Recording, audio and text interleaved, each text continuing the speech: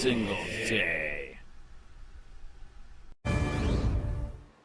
This is a Fox News alert, and we're not overselling that. This actually is a blockbuster story. So the CEO of Facebook, Mark Zuckerberg, just went on the Joe Rogan podcast, and while speaking to Rogan, he admitted that Facebook censored the New York Post's accurate reporting on Hunter Biden's laptop, which of course we all knew, but that Facebook did that because the FBI intervened and told Facebook that that laptop was Russian disinformation. And of course, how would Zuckerberg know? They believe the FBI. Now keep in mind, the FBI had Hunter Biden's laptop when they said that. They've had it since 2019. So when the FBI told Facebook that on the eve of a presidential election, they knew it was a lie. They interfered in the last presidential election. If ever there was an attack on democracy, it's the country's largest law enforcement agency weighing in a dishonest way 3 weeks before the voting begins. Here's a clip. There was a lot of attention on Twitter during the election because of the Hunter Biden laptop story. The New York we Post. had that too. Yeah, so you guys censored that as well? So we took a different path than Twitter. I mean, basically the background here is the FBI, I think, basically came to us, some folks on our team, and was like, hey, just so you know, like, you should be on high alert. There was, we thought that there was a lot of Russian propaganda in the 2016 election. We have it on notice that basically there's about to be some kind of dump of that's similar to that, so just be vigilant. So the FBI censored the story. Just to recap, in case you didn't live in this country prior to 2 years ago, that's not allowed. You're not allowed to do that. That is election interference. That is an attack on democracy by our most powerful domestic government agency. It's unbelievable. It defies belief. We actually put in a request to Facebook to see the communications from the FBI to Facebook. We have a right to see it. We hope that they'll send them to us. Keep in mind that in October of 2020, a Facebook executive and Democratic Party operative called Andy Stone claimed that Facebook was blocking the story, quote, as part of our standard process to reduce the spread of misinformation. So they didn't tell us that the FBI had told them it was Russian disinformation. Again, when the FBI knew perfectly well that it wasn't. Harmeet Dillon has watched all of this from the very beginning. She's the country's premier civil rights lawyer, founder of the Center for American Liberty, joining us tonight. Harmeet, thanks for coming on. This seems like a blockbuster and a shocking story to me. It is shocking, Tucker, but it confirms information that we already had. So, for example, I already sued Twitter after the election for taking people's speakers down, including my client, Rogan O'Hanley. And it turned out that he was taken down at the request of the California Secretary of State, who was auditioning to become a United States Senator in the Biden administration. And so we filed a lawsuit, went to court, showed the judge all the evidence of how the government was involved in the censorship, and the judge didn't buy it. This case is now pending before the Ninth Circuit, and there have been other instances like this, but hearing it from Mark Zuckerberg's mouth is truly stunning, and I don't know how the government can deny this. So to be clear, the timeline is that just 3 weeks before the 2020 election is when the FBI reached out to Twitter, Facebook, as well as maybe other companies, and said, hey, you know, we heard about this Russian disinformation. You might want to suppress this information on your website. And by the way, when the FBI reaches out to you, taps you on the shoulder, and asks you to do something, that isn't a suggestion. They have subpoenas, they have guns, and they also are from a government that regulates you. And so this is shocking, and it demands an investigation. But it just adds up to the pile of evidence that I've been saying points to a major reorganization or disbanding of the FBI is needed at this point. I don't trust anything that they say. So just to be totally clear, from a legal perspective, the U.S. government is not allowed to use disinformation to encourage censorship for partisan ends. That's not allowed under the Constitution, right. Correct? Okay. Tucker, it's a violation of the First Amendment for the government to engage in censorship, quite clearly. And by the way, who needs Russian disinformation when we have our own? We have our own disinformation coming from the FBI and our own government. And this is not trivial just because it's being done to the other side. Anybody could control the FBI, or some forces can get in there and decide they don't like Joe Biden. Are they going to go out there and start spreading misinformation or suppressing information that's truthful about the Biden administration? I don't like that either. This cannot be allowed. We cannot let our law enforcement do this, and we've seen it before. So this is not the country that we want to be living in, Tucker. No, it's not. Harmeet Dillon, thank you so much. Subscribe to the Fox News YouTube channel to catch our nightly opens, stories that are changing the world and changing your life. From Tucker Carlson tonight. Welcome back. Well, Elon Musk has exposed corruption in Washington. Part 7 of the Twitter files now reveals how the intelligence community pressured news and social media outlets to discredit evidence of influence peddling from Hunter Biden on the Biden laptop. This despite the FBI knowing the truth for nearly a year before the Post story dropped. Independent writer Michael Schellenberger reporting throughout 2020, the FBI was repeatedly warning Twitter that stories about Hunter's laptop was a, quote, Russian hack and leak operation. They knew otherwise because they had the laptop since October of 2019.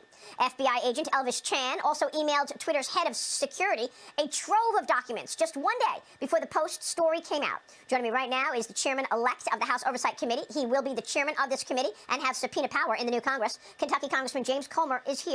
Congressman, it's good to see you this morning. Thanks very much for being here. I know you have a lot of important work that you are focused on. What does this latest tranche of the Twitter expose mean to you? Well, it means a lot.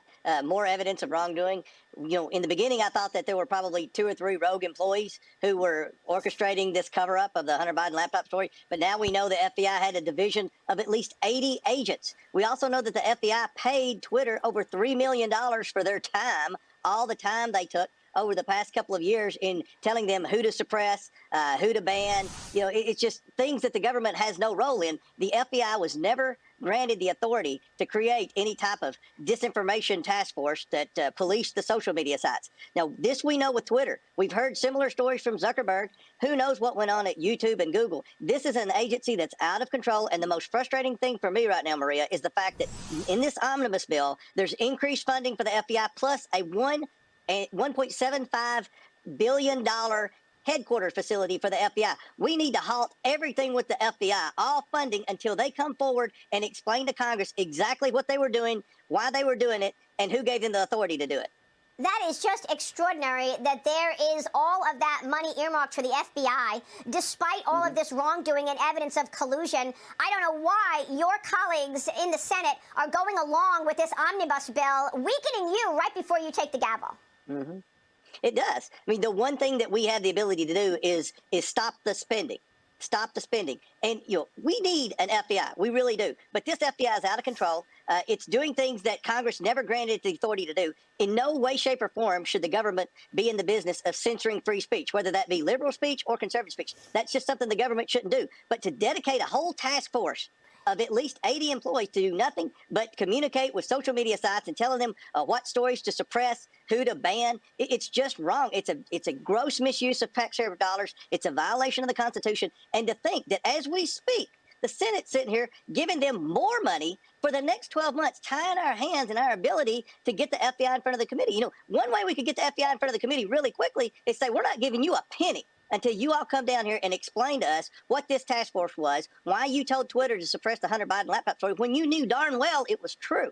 And the Senate is counter to everything that we're trying to do in the House from an oversight standpoint right now, especially with respect to the FBI. That is just horrible. Who are the senators that are agreeing to this? Mitch McConnell? Who else? Well, we've got Richard Shelby, we've got Portman, you know, and ironically, Maria, a lot of these senators are going out of office. They're not even going to be in Congress in 10 days.